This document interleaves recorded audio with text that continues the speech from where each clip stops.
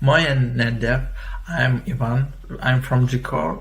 Last year I talked about how we process regular expressions inside of XDP, and today I'm going to talk about how we scale our application from one server to the whole network, what kind of problems we see there, how we deal with them, and probably describe some useful approaches that can help you to scale your eBPF XDP applications to the same scale.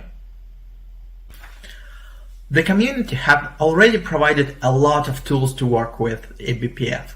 First of all, eBPF Skeleton, which is the recommended way to work with your eBPF application, how to load it, how to configure it.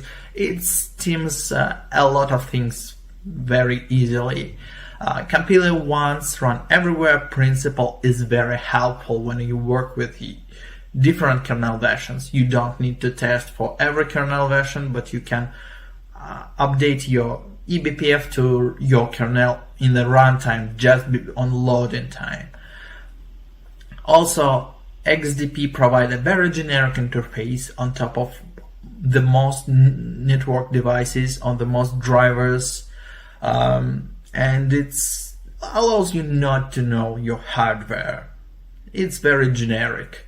So isn't the problem of scaling from one server to the network is solved already or not?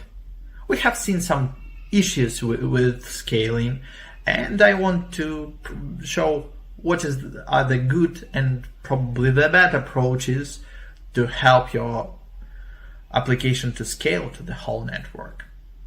In almost every article about eBPF, you can see a punchline that it takes you just 100 lines of code to run a working eBPF application that fulfill your needs. That's definitely true. Very compact eBPF application really solve your needs, and it gives you 80% of value, but actually it's not a big amount of work to do. The majority of work happens in the user space, and you have provided a very big user space part to support your eBPF program. And you even have to work even harder to provide a valuable environment to support your application in the production, in the testing environment. So it is a lot of work to do.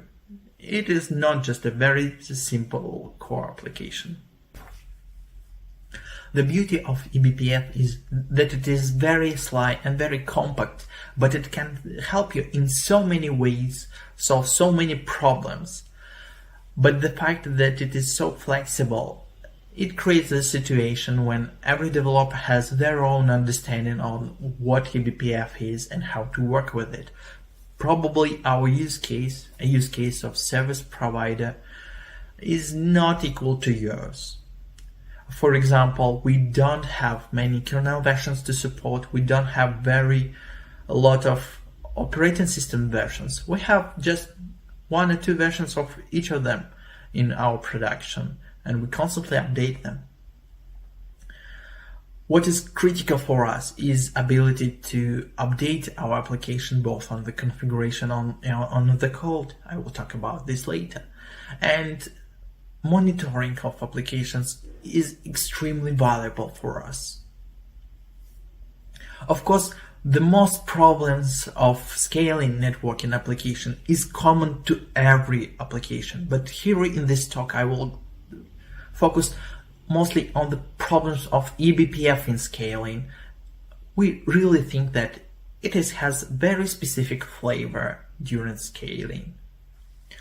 2 main things that every eBPF application should have in the service provider network is ability to reconfigure to current needs and ability to reload from old code to new code. So we need to efficiently switch from the old version to a new version seamlessly without dropping traffic and without losing the quality of service. eBPF maps help you a lot when you build a configurable application. They do a lot for memory management. They provide a lot of abilities to change the configuration in runtime, but there are several techniques that make this thing easier or harder. One of the most obvious ways to work with the configuration is to update it entry by entry. Let's imagine that you have a XDP application that has two layers of work. First is classifier layer that uses highly linked to each other tables to split the traffic into separate traffic flows. And the second process stage uses security policies for each traffic flow independently. So as these security policies are very independent, you can update them entry by entry, and during update you will introduce no issues at all to your runtime. But when you update entry by entry configuration tables for the classification layer, you will probably make system inconsistent during the update period, and this is what you definitely want to avoid. On the other hand, this approach is helpful when you want to use the same table for different configuration entities. So you can mix them each other, so as long as they don't concurrent for resources in that map, you can just put everything in one map and make your application very, very simple.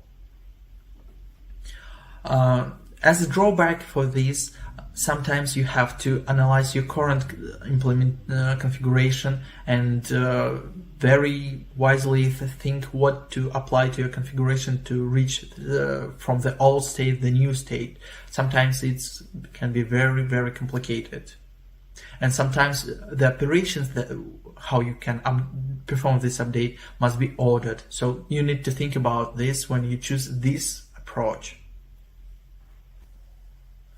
The second way how you can work with eBPF configuration actually can help you to fight with inconsistencies during the major update of the tables. So you can bulky update the map by replacing the old instance of the map with a new instance using map of maps.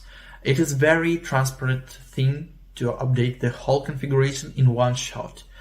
Another thing that is very helpful here is that you have isolated resources for each configuration entity. So instead of sharing the map and sharing resources, you have isolated memory segment for each configuration entity, and you can store them isolated.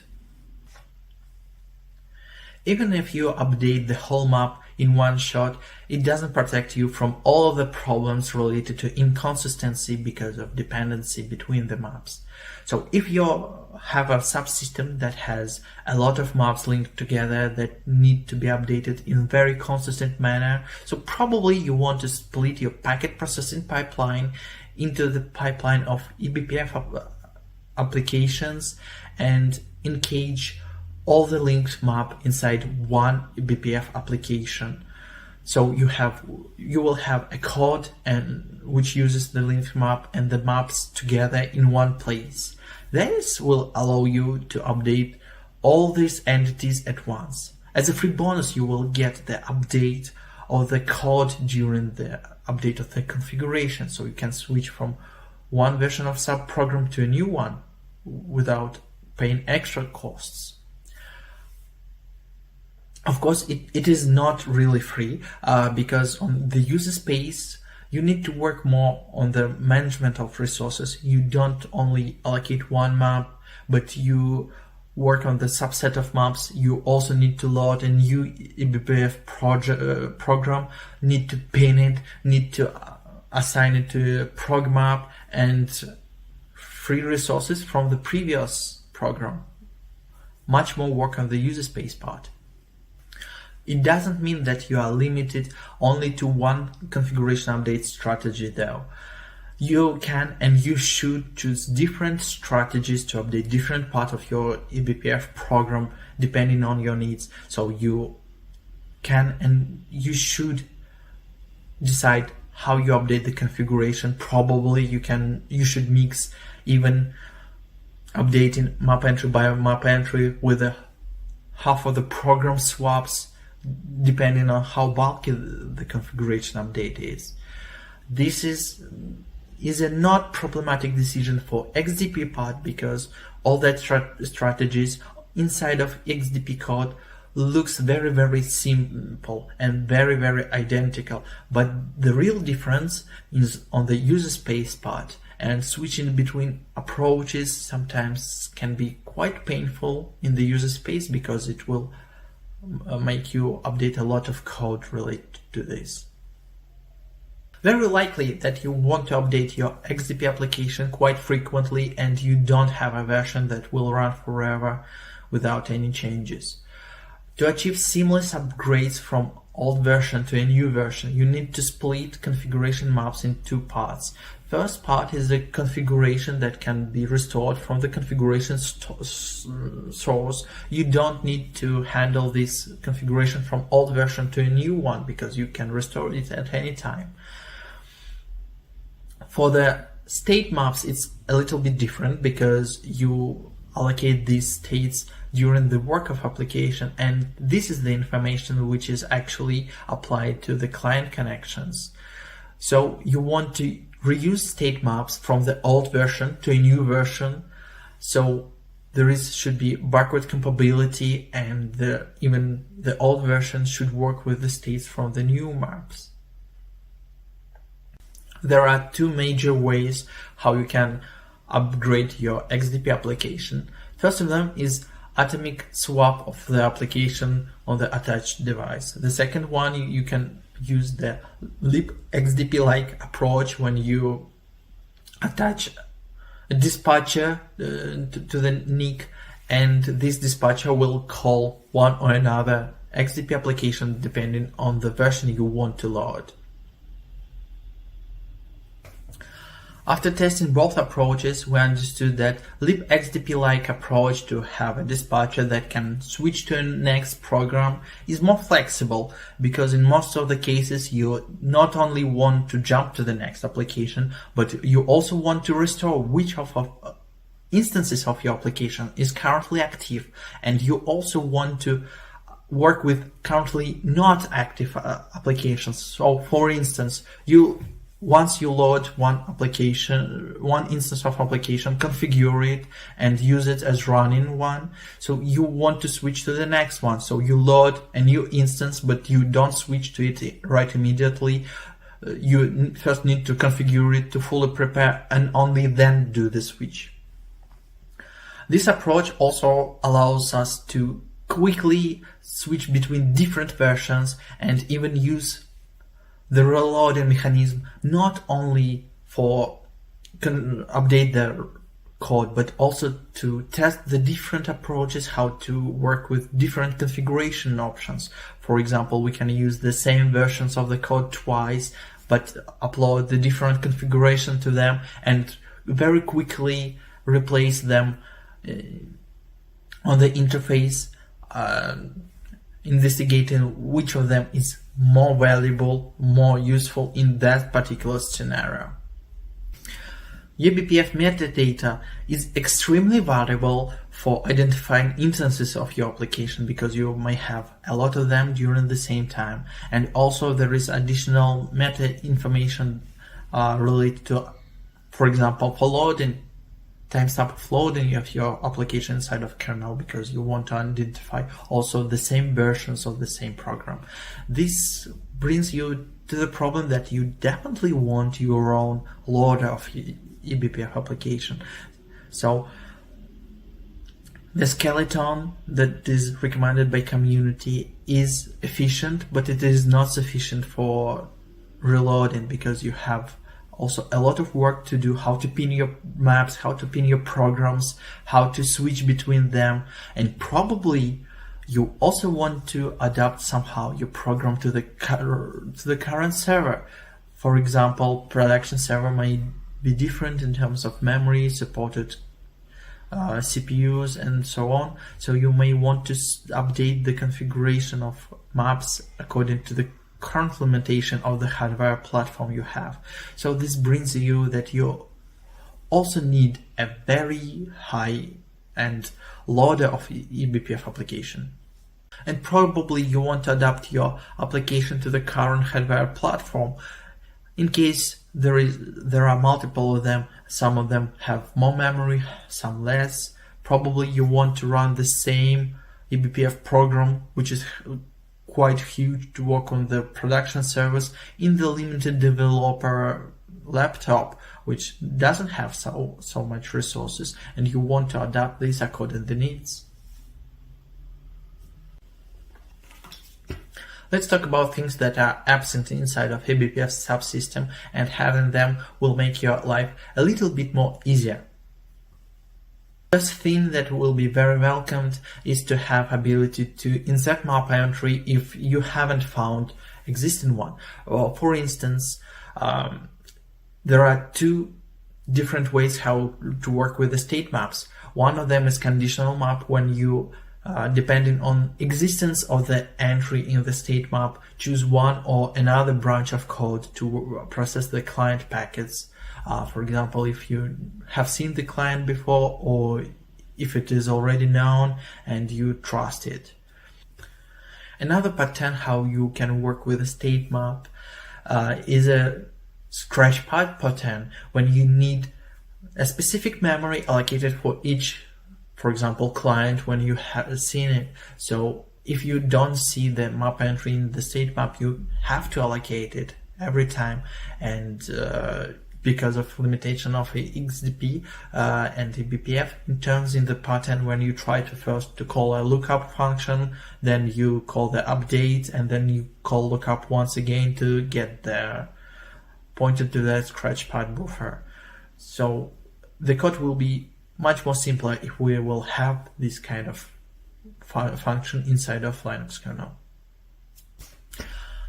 Another concept missing is a map entry lifetime, especially for last recently used cache. In last recently used cache, the entry lifetime depends on the map state, so it depends on how fast you insert in the new entries in the map, how often you do this, what is the map size, but it never depends on the application level. But inside of application, you really want to have a very limited lifetime of the entries in last recently used cache. For instance, you allocate the new memory when you need it, and every time you look up for this entry, the lifetime is prolonged.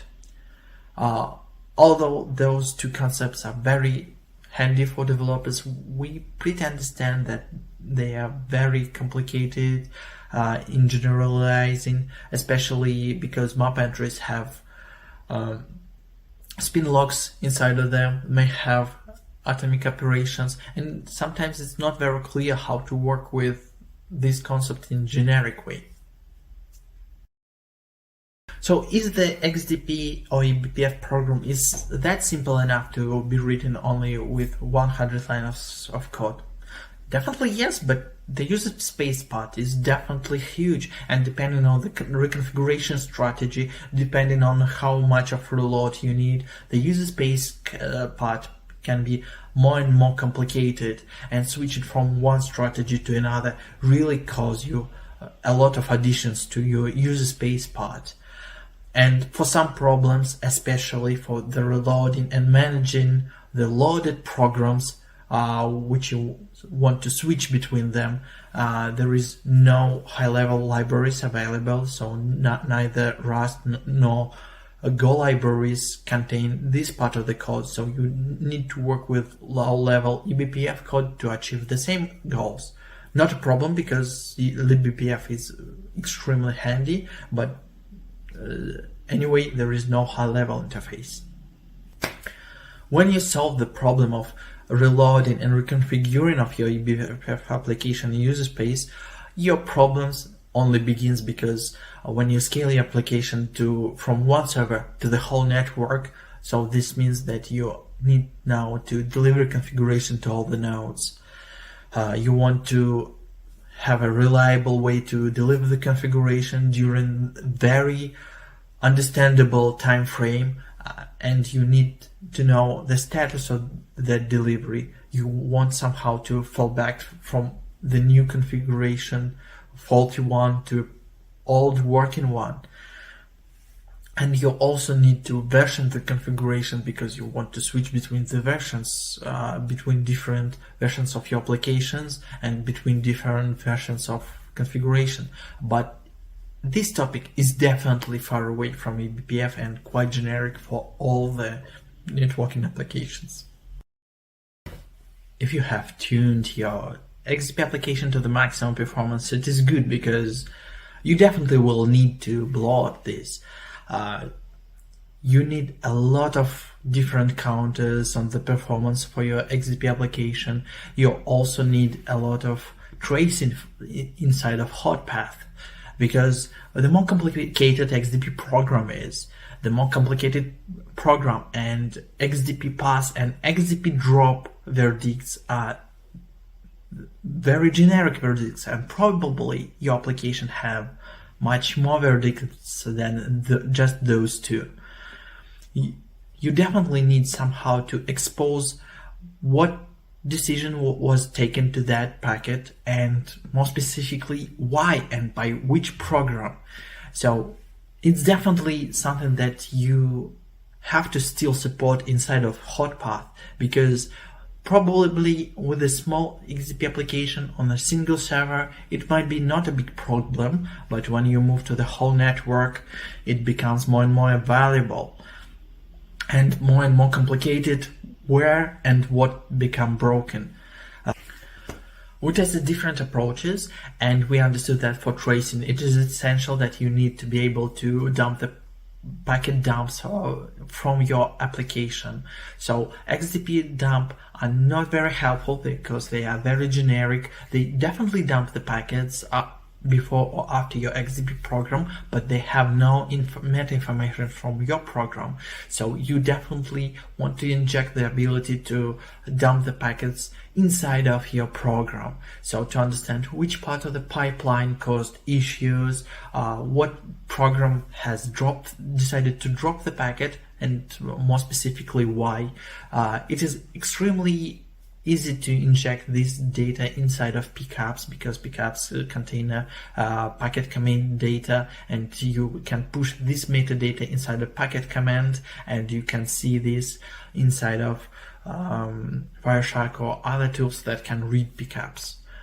Very easy and very visible what is happening inside of your hotpath.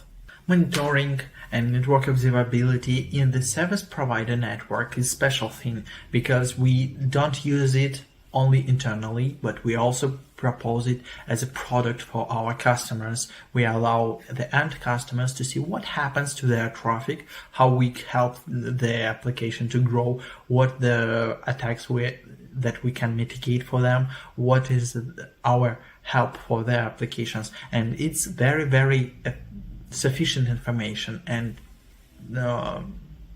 you cannot do anything, but you have to support the monitoring inside of your XDP application. So you need to collect as many data as you need for each configuration entity, which is valuable for you. So it may become a large massive of data that you need to support. There are some tricks that allow you to trim amount of that data though. For example, you don't need to hold all the data, but you need to be configuration wise and collect only the data that is already configured, and it also means that you need not only store only needed data, but you also need to calculate and get the data from the BPF maps that are configured, because the bigger your network, the more configuration entities you probably have in your configuration, and or you reserve more space for different statistics inside your application, and getting the statistics from the entities that not are used now is just consumption of the CPU time, which is not very helpful. Monitoring is required not only the processing the traffic, but also for the health management of the eBPF application. So maps performing differently depends on how many data you have inside of the maps, how many entries you have, and how fast you insert the new entries there, because some maps may behave differently in the corner cases, and you definitely want to track these situations and fight with them beforehand, before they have created issues for you in the hot path. Another important role of the monitoring for the XDP application is that analyzing the monitoring data on each node of where you run the XDP application, you can adapt the configuration of your application to fight the, for example, currently happening attacks in your network. So you can very quickly respond to what is happening in your network, adapt the configuration quickly, and to increase flexibility of your program. So good monitoring is a vital point for the XDP application, so it is not a burden for you to add more and more counters inside of XDP application, because it technically allows you to overcome the worst case scenarios. No matter how XDP is generic, it doesn't allow you to hide from what is happening inside of your networking card. So every time when you see that there are some packets dropped and not processed by the network card, so it always is a question, what was the reason? Either it was a CPU consumption, or sometimes the CPU consumption stays low, and it means that there is some drop happened because some specifics of the packet pipeline inside the NIC or inside its firmware or inside the driver, and you have to deconsider of it. And the problem is that pipelines of the NICs are not well described. There is not always available documentation for that, and especially configuring this pipeline can be tricky and done via very untransparent firmware switches that are not documented anywhere, and you have to deal with them somehow. The fact that different NIC drivers use different ways to expose the errors and performance counters is well known. But the thing is, it is more than just exposing that NIC counters and differently work from them from F-Tool and other suites. The problem is there are a lot of monitoring tools that actually rely on those counters, and because different networking cards, different networking drivers work differently with those counters, and because these monitoring tools have their own mapping of networking counters to some events internal, and they have their own understanding of what is happening, brings you to the situation when the same alert on different networking drivers may very different things. Here is an example of such an inconsistency. For example, you receive an attack to your network. It usually means that you will hit a huge traffic spike during a fraction of a second, and very likely that you will not be able to read all the packets during the front of the attack, and some packets may be dropped by the NIC, and it will be, for some NICs, it will be treated as a hardware issue, will be calculated in the hardware counters, for example, for Mellanox cards. For other network cards, like for Intel, they will be treated as general drop counters, and depending on these, a lot of monitoring tools that you have that probably will treat this situation differently. And for example, for us, it caused that we also needed to extend our monitoring of NICs, and we also needed to provide a new monitoring to catch all the possible events and to adapt to the real counters that are hidden, probably not reading by usual monitoring suites, and we still have to work with them to catch all the possible problems with the NIC and to react quickly to the problems in the network. If you couldn't hide from NICs, probably you cannot hide from your network. And every network has a lot of network balances. So if multiple servers can process the traffic equally, so you need to load balance between several servers, and every server probably is connected with multiple interfaces to switches, and switches also need to do a load balancing between interfaces. And finally, the NIC also does a load balancing to distribute traffic between traffic queues. And this is a problem for your XDP application, because your algorithm must support this possible traffic rebalancing that may be helpful for your application. For example, if you design a distributed rate limiter that limit the traffic that goes to the origin server, and you want to limit this not to overflow the origin server. So now you have a lot of devices that have some state of the rate limiter, and you either need to synchronize it or locate all the traffic to this same origin server on one single device. And this might be problematic because you might need to forward a lot of dirty traffic to one device to process it. That may cause unwanted latency increase, overloading the network, and this is a big scalability issue, because you also need to understand how your network is built to efficiently scale your XDP application from one server to the whole network. Testing of XDP application is also not that simple, especially if it is complex one with a lot of features included. BPF program is a great thing, but in most of the cases you need to feed your XDP application with a bunch of packets in the specific order, or sometimes you even need to create some certain amount of load to trigger one or another feature of your XDP application.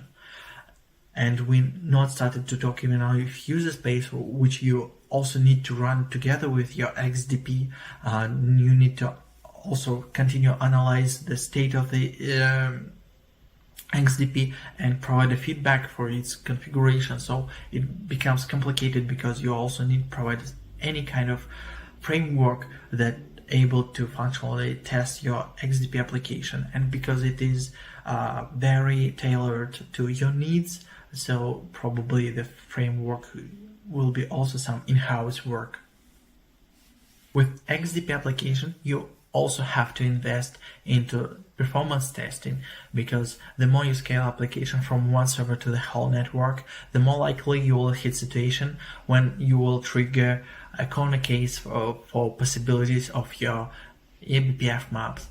For example, if you have in your program a classification layer that uses that splits the traffic into separate traffic flows, and you use LRU hash table to cache the results of that split and to process the classification faster. So on some certain amount of insertions in that cache, you may see that the cache is already overflown and kernel spins a lot during insertions in that list. So you have to implement a rate limit for insertions into that table to be able to avoid these corner cases. And this brings you to the situation when you introduce some optimizations for processing the packets, but in corner cases you have to switch off or bypass those optimizations to have actual optimization for the corner case. And this is only visible during the performance testing. So dedicated performance test for XDP is a must. Another example of disabling optimization is that for some maps or some subsystems, you don't want to implement this rate limit on insertion into the map, because even if your system starts on insertion in your LRU cache, probably skipping this part of subsystem will cause you more troubles on later stage. So you definitely need to pay attention what is really happening inside your application, and skipping performance test is not an option for XDP at all. So finally, scaling XDP is not a problem for XDP itself, but it is a problem that user space code become bigger and bigger and bigger. It is quite hard to still have a control on the size of your user space application, and because it includes so many features like monitoring configuration, providing feedback from monitoring to configuration, dumping and tuning nicks, and all of these need to be embedded in your user space part to fulfill in scaling from one server to the whole network.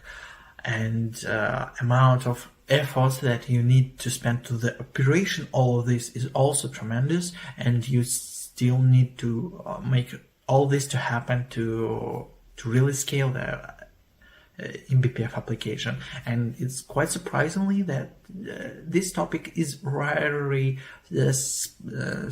spoken about. Thank you for listening to me today. I'm open for all your questions and comments. Merci et Adi.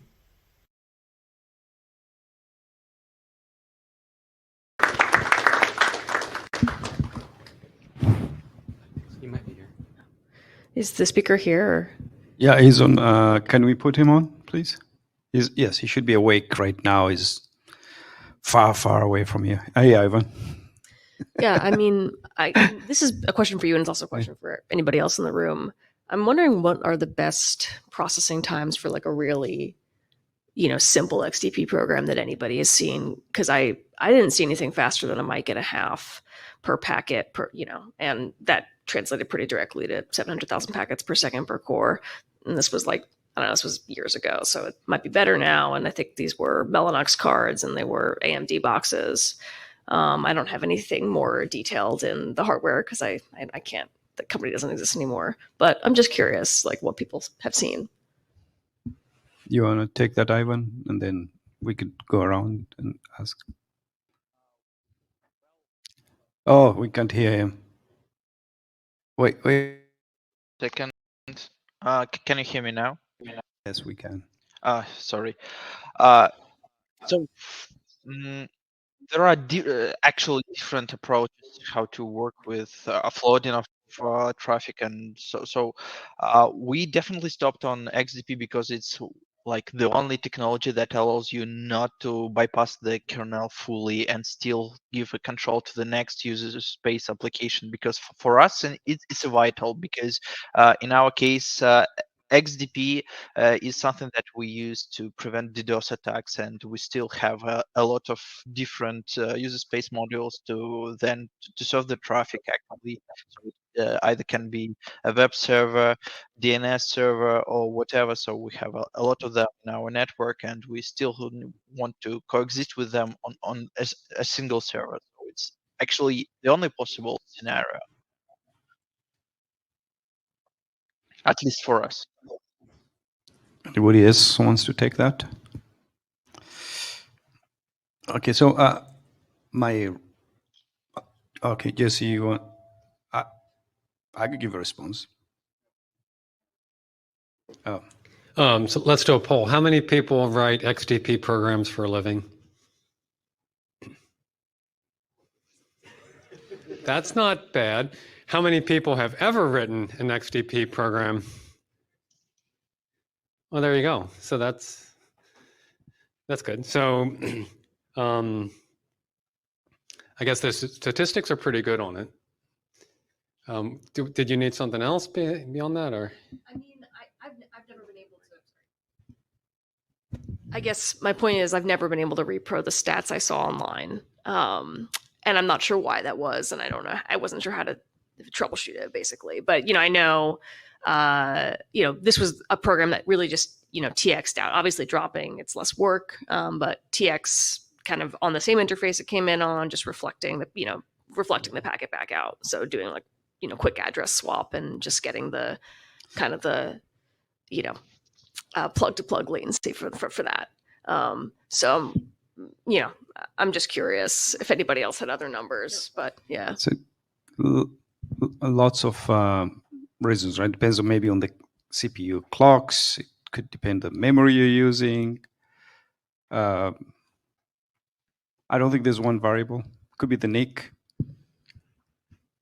One variable that's often important is whether you're using XDP generic or XDP driv. Oh yeah, for sure. XDP generic. Oh, sorry. XDP generic was not really usable in production at all. It dropped packets like crazy. So this is XDP driver, but no offload. So just kind of like Mellanox driver support in a Mellanox card. Yeah.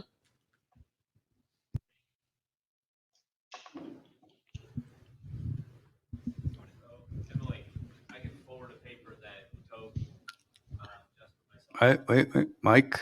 I don't think Ivan can hear you. My name's David. Back in 2018, I just brought the paper up. Toke was doing a lot of XDP benchmarking along with Jesper, myself, and some others.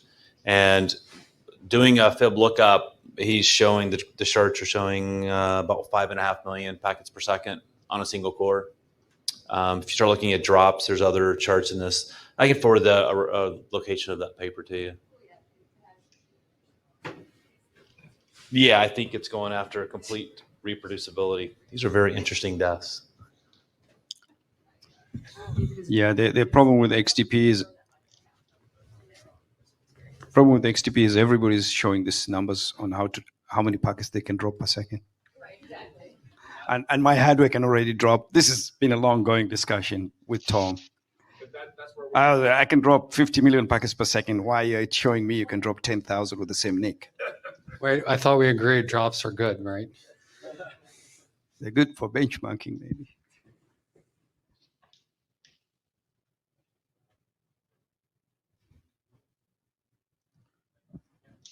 Anybody else? Can I ask another question? First of all, thank you very much for the talk. It's quite practical and applicable in practice. And I have a question that in DDoS mitigation solutions, we typically have a lot of rate limiters. So we have a lot of source, maybe IP addresses, and we have shared states and having multi-queue nick, we have to share the accounting per source and perform rate limiting based on the accounting. So typically we have a shared state which must be updated among different cores. So didn't you experience contention on multi-core setup, especially in rate limiters? Yeah, that was the question that was like, so actually there was two things that were usually killing us when we were trying to introduce new things in eBPF. First of them was like some sketchy optimizations of the code. So one of the things that we are currently investigating is why BPF tail calls not running our pipeline on the 5.17 kernel, but they run just smoothly on 6.1 and high kernel. So and another problem is that that is related to any kind of multiprocessing. So yes, rate limiters on multi-cores are very painful. So we have to optimize them by like creating a layers of rate limiters. So first them run locally per CPU, and then only then they have shared states. We also have two NUMA nodes on most of our servers, which also makes things more painful. There are some other things like so some heavy computations like hash calculations and validation of packets, especially when we run with DDoS protection. We have to work with a lot of different protocols on the client side, like any kind of a gaming protocol, and some of them are still like with a variable length field, and this is like something very painful to process in the eBPF, but still the best approach. Okay, thank you. Maybe just as a proposal for the next Netdev talk, I would love to discuss the approach for scalability of rate limiters, how to update the rate limiter current state for particular source rate limiter, and how to make it scalable with multi-core CPUs. Because like if you use simple atomic operations or even spin lock, then essentially the whole XGP performance just killed. And the problem is that it's not the thing that is limited by a local system. When you scale it to the network, so it usually, you don't really care that you apply some rate limiters that run locally on each node, but for some rate limiters, you still have to like a shared state between the network. For example, you don't want to overflood the origin server, so you have like several data centers. You have several servers in each data center, and all of them are forwarding traffic to the same origin server, and you want to rate limit this. So it even goes behind the one's local system. So there is Yeah, exactly. The distributed rate limiter would be much more sophisticated. Yeah, quite interesting problem. Thank you. Thank you. Maybe somebody else?